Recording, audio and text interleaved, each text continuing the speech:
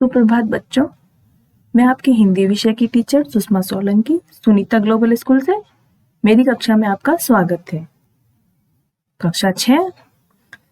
तो बच्चों, आज हम अपन पढ़ेंगे कक्षा 6 की पाठ्य पुस्तक वसंत भाग 1 का चैप्टर 17 पार्ट 17, जिसका नाम है सास सास में बांस।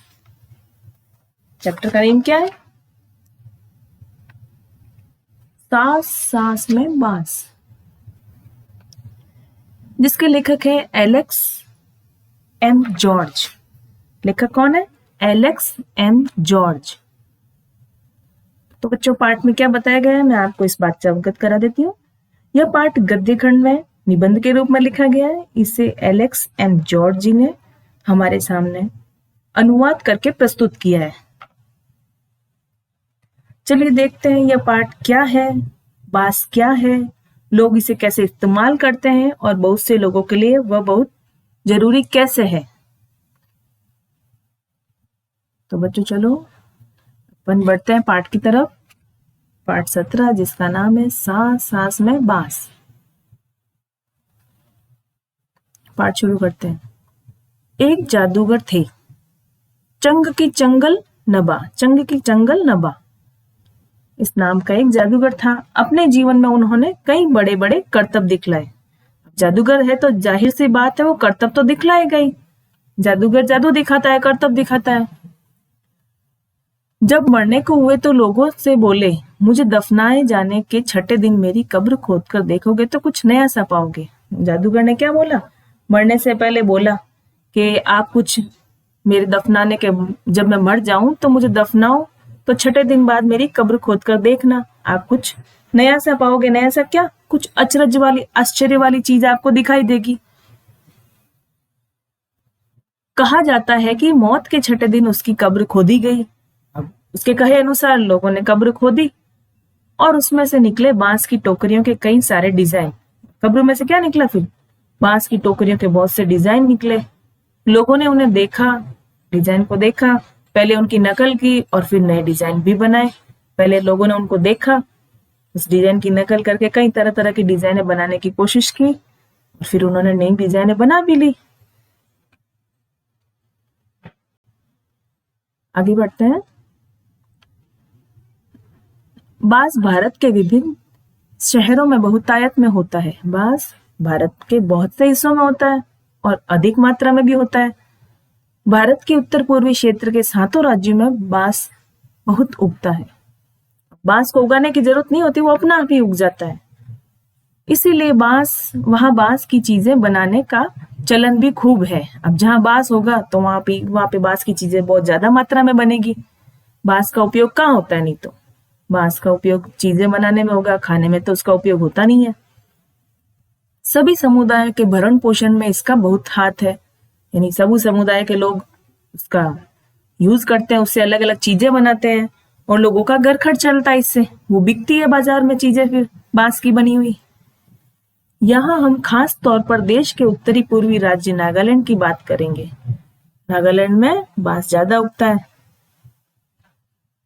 नागालैंड के निवासियों में बांस की चीजें बनाने का खूब प्रचलन है। अब प्रचलन इतना क्यों होगा उनमें बांस की चीजें बनाने का? क्यों? नागालैंड में बांस ही ज्यादा मात्रा में उगता है। इंसान ने जब हाथ से कलात्मक चीजें बनानी शुरू की, बांस की चीजें तभी से बनी आ रही है। जब कलात्मक अलग अलग तरह की सुंदर सुंदर चीजें जब इंसान ने बनानी शुरू की, तभी से बांस की चीजें बनती चली आ रही है। आवश्यकता के अनुसार इसमें बदलाव भी हुए हैं और वह अब भी हो रहे हैं। पहले बांस की नॉर्मल चीजें बनती थी, अब और भी अधिक चीजें बनने लगी। तरह तरह के खूबसूरत डिजाइनों में अलग अलग तरह से उनका उपयोग होता है। अब कहते हैं कि बांस की बुनाई का रिश्ता उस दौर से है जब इंसान भोजन इकट्ठा करता था। उस दौर से पहले जब इंसान को भोजन इकट्ठा करने के लिए कुछ पात्र की आवश्यकता हुई तो उसने टोकरी जैसा कुछ बनाया होगा। और किससे? बांस से ही बनाया। फिर शायद भोजन इकट्ठा करने के लिए उसने ऐसी डलियानुमा चीजें बनाई होगी। डलियानुमा चीजें यानी टोकरी जैसी चीजें, टोकरी नुमा, कि जिसमें वो भोजन इकट्ठा कर सके। क्या पता बया जैसे किसी चिड़िया के घोंसले से टोकरी के आकार और बुनावट की तरकीब हाथ लगी हो। क्या पता उसने बया के घोंसले को देखकर सोचा हो कि टोकरी इस टाइप से बनती है, उसको उसका आकार मालूम हुआ और उसने टोकरी बना ली। देखिए, बांस से मेरा रिश्ता, क्या बता रहा है लेखक, बांस से मेरा क्या क्या रिश्ता है। बांस का यह झुरमुट मुझे अमीर बना देता है। बांस का यह झुरमुट मुझे अमीर बना देता है। कैसे? कि खूब संख्या में बांस बसे हुए हैं, जैसे कोई खूब संख्या में झुरमुट, खूब संख्या में बांस हो जहां पे, इससे मैं अपना घर बना सकता हूँ। अमीर कैसे बनता है व्यक्ति के, भाई इससे मैं क्या क्या बना सकता हूँ, ये भी आप देखो, इससे मैं अपना घर बना सकता हूँ। बांस के बर्तन और औजार जो इस्तेमाल करता हूँ वो भी बना सकता हूँ। बर्तन भी बनते हैं इससे। सूखे बांस को मैं ईंधन की तरह इस्तेमाल करता हूँ। सूखे बांस को जलाने के काम में भी उपयोग लेते हैं। खाना बनाने में ईंधन का उपयोग होता है, तो बांस का भी उपयोग हो जाएगा उसमें जलाने में। बांस का कोयला जलाता हूँ। अब ईंधन के रूप में उसका उपयोग लिया, उससे बना कोयला भी वो जलाने के काम में लेगा फिर व्यक्ति। बांस का अचार खाता हूँ। बांस का अचार भी पहले खाते थे लोग। बांस के पालने में मेरा बचपन गुजरा। अब बचपन में पालने में ही था। छोटा बच्चा जब उसको पालने में ही सुलाते हैं, छोटा होता है तब वो। पत्नी भी तो मैंने बांस की टोकरी के जरिए पाई। पत्नी भी उसकी बांस की टोकरी में ही आई है। फिर अंत में बांस पर ही लिटाकर मुझे मरघट ले जाया जाएगा, और अंत में जब मैं मर जाऊंगा तो मुझे बांस की वो अर्थी बनाई जाएगी और उसी से मुझे शमशान तक ले जाया जाएगा, उसी बांस में लेटा कर। तो इस तरह से बांस से क्या रिश्ता है, जन्म से लेकर मृत्यु तक का हमारा रिश्ता है, ये बताया गया है। 20 साइड वापस यहाँ इस ओर चलते हैं। बांस से केवल टोकरियां ही नहीं बनती। बांस से केवल, पहले तो टोकरी बनती थी, ज्यादातर टोकरियां ही नहीं बनती, बांस की खपच्चों से ढेर सारी चीजें बनाई जाती है। अब क्या क्या चीजें हैं देखते हैं अपन। जैसे तरह तरह की चटाइयां, बांस की चटाइयां भी होती है, बिल्कुल बारीक बारीक पतली पतली बांस की डंडियों से चटाई बनाई जाती है, लचीली डंडियां होती है वो। टोपियां, बांस की टोपी भी बनाई जाती है, धूप में पहनने के काम आएगी, वो काम आती है। टोकरियां, टोकरी भी बनाई जाती है, बांस के बर्तन भी बनते हैं। बैलगाड़ियां, फर्नीचर, बांस के फर्नीचर भी बनते हैं। सजावटी सामान भी बनता है बांस का। जाल, मकान, पुल, खिलौने, ये सभी बांस के द्वारा बनाई गई चीजें हैं। तो बांस का हमारे जीवन में बहुत उपयोग है। असम में ऐसे ही एक जाल जकाई से मछली पकड़ते हैं। असम में ऐसे ही एक जाल जकाई से एक मछली पकड़ते हैं। ये मछली पकड़ने वाला कोई उपकरण होगा, कोई जाल टाइप, जो बांस से बनाया जाता है, जिसमें मछलियां पकड़ी जाती है। ये भी बांस से ही बनता है, जाल जकाई। छोटी मछलियों को पकड़ने के लिए इसे पानी की सतह पर रखा जाता है। अब क्या इसका उपयोग है, कैसे उपयोग में लेता है, ये बताया गया है कि छोटी मछलियों को पकड़ने के लिए इसे पानी की सतह पर रखा जाता है, फिर धीरे धीरे चलते हुए खींचा जाता है। पहले उसको पानी की सतह पर रख देते हैं, फिर उसको धीरे धीरे बाहर की तरफ खींच लेते हैं, तो मछलियां सारी उसमें फंस जाती है। बांस की खपच्चियों को इस तरह बांधा जाता है कि वे एक शंकु का आकार ले ले। अब यहाँ बताया गया ना, शंकु के आकार के बर्तन बने हुए, जैसे कि वे एक शंकु का आकार ले ले। इस शंकु का ऊपरी सिरा अंडाकार होता है, निचले नुकीले सिरे पर खपच्चियां एक दूसरे से गुथी हुई होती है। एक के ऊपर एक ऐसे खपच्चियों को आपस में गूथा जाता है। खपच्चियों की तरह तरह की टोपियां भी बनाई जाती है। असम के चाय बागानों के चित्रों में तुम्हें लोग ऐसी टोपियां पहने दिख जाएंगे। असम में लोग जब चाय की पत्तियां तोड़ते हैं तो धूप में वो ऐसी टोपी लगाए हुए, पीछे बांस की बनी टोकरी लटकाए हुए, और वो पत्तियां तोड़ते हैं, ऐसे दिख जाएंगे। और हाँ, उनकी पीठ पर टंगी बांस की बड़ी टोकरी देखना ना भूलना। बांस की टोपी तो वो लगाए हुए होंगे और उनके पीठ पीछे बांस की बड़ी सारी टोकरी लगी होती है, जिसमें वो क्या करते हैं, चाय की पत्तियों को तोड़ते और पीछे ही डालते जाते हैं उस टोकरी में।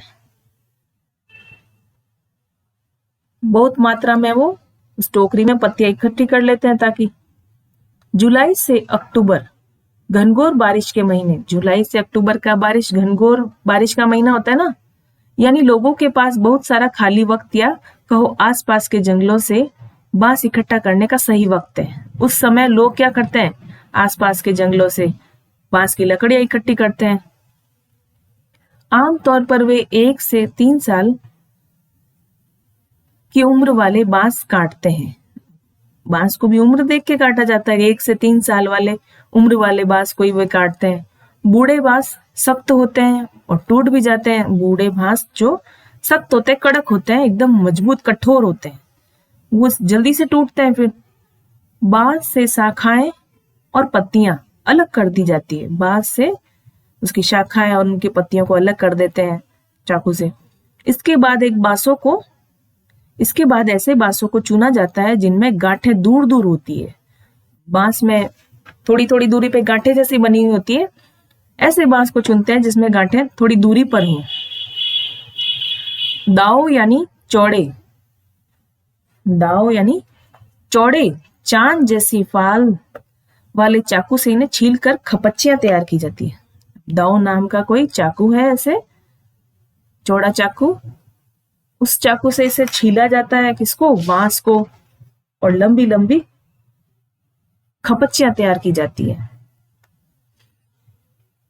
खपच्चियों की लंबाई पहले से ही तय कर ली जाती है। पहले से उसकी लंबाई तय कर लेते हैं कि काम में लेनी है वो उसकी लंबाई कितनी रखनी है।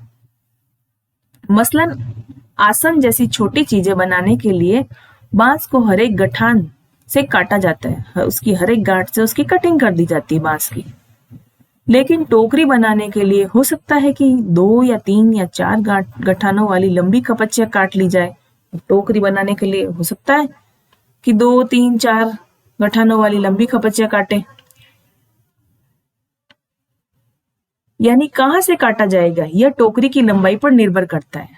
टोकरी जितनी लंबी बनाओगे उसी अनुसार बांस को काटा जाएगा।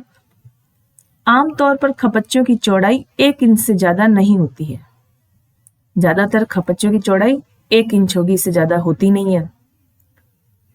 चौड़ी खपच्चियां किसी काम की नहीं होती, इन्हें चीर कर पतली खपच्चियां बनाई जाती है। चौड़ी खपच्चियां काम में नहीं आती है तो उनको चीर के उन खपच्चियों को पतला किया जाता है। पतली खपच्चियां लचीली होती है। अब चौड़ी होगी तो वो कठोर होगी, इतनी मोटी होगी तो उनको काट के उनको पतला कर दिया जाता है। तो पतली क्या है, लचीली होती है, और लचीली ज्यादा यूज की जाती है। खपच्चियां चीरना उस्तादी का काम है, ये हर एक से नहीं होता। खपच्चियां चीरना उस्तादी का काम है। कोई उस्ताद काटने में जो माहिर हो, चीरने में, वो ही उसका काम कर सकता है। हाथों की कलाकारी के बिना खपच्चियों की मोटाई बराबर बनाए रखना आसान नहीं है। इसके लिए हाथों में कलाकारी भी होती है, हुनर है एक तरह का ये, कि मोटाई इसकी कितनी रखनी है, बराबर मोटाई भी रखी जाती है। इस हुनर को पाने में काफी समय लगता है। ये एक तरह का हुनर है, खपच्चियों को काटना, उससे चीजें बनाना, इसको सीखने में समय लगता है। टोकरी बनाने से पहले खपच्चियों को चिकना बनाना जरूरी है। टोकरी बनाने से पहले खपच्चियों को चिकना बनाया जाता है। या फिर दाव काम आता है। दाव चौड़ा चाकू होता है, चाकू जैसा कुछ, उसका काम होता है यहाँ पे, उससे ये कार्य किया जाता है। खपच्ची बाएं हाथ में होती है और दाव दाएं हाथ में। दाव का धारदार सिरा खपच्ची को दबाए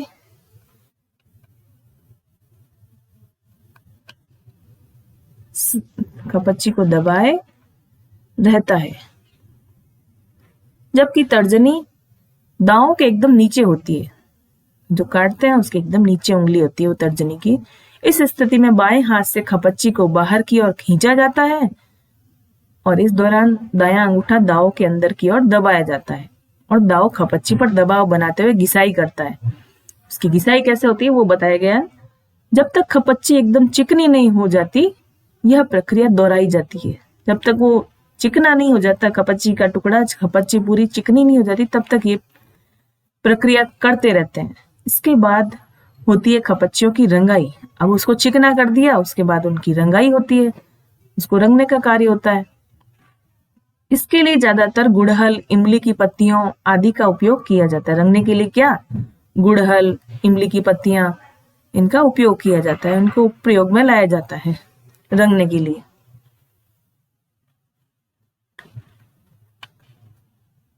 काले रंग के लिए उन्हें आम की छाल में लपेटकर कुछ दिनों के लिए मिट्टी में दबा कर रखा जाता है। काला रंग बनाना है तो उन्हें आम की छाल में लपेट के कुछ दिनों के लिए मिट्टी में दबा के रखते हैं।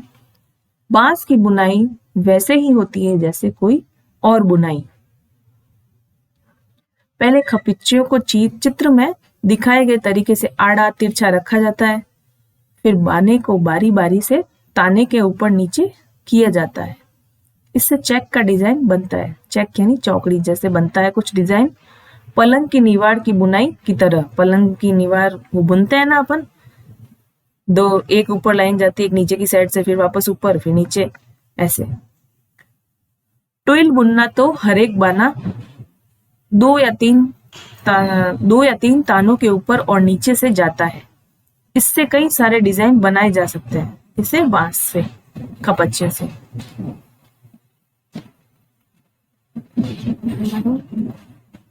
टोकरी के सिरे पर खपच्चियों को या तो चोटी की तरह गूंथ लिया जाता है या फिर कटे सिरों को नीचे की ओर से मोड़कर फंसा दिया जाता है। टोकरी का सिरा है, वहां से खपच्चियों को चोटी की तरह एक तरह से गूंथ लिया जाता है, नहीं तो कटे हुए सिरों को नीचे की ओर मोड़कर उसे फंसा दिया जाता है और हमारी टोकरी तैयार हो जाती है। चाहो तो बेचो या घर पर ही काम में ले लो। तो बच्चों हमने ये चैप्टर पूरा पढ़ लिया है। पाठ के लेखक है एलेक्स एम जॉर्ज। पाठ के लेखक कौन है? Alex M George. एक बार फिर से बता दें बच्चों, यह पाठ हमने गद्य खंड के निबंध के रूप में लिखा गया। यहाँ पाठ इसे एलेक्स एम जॉर्ज जी ने हमारे सामने इसे अनुवाद करके प्रस्तुत किया है।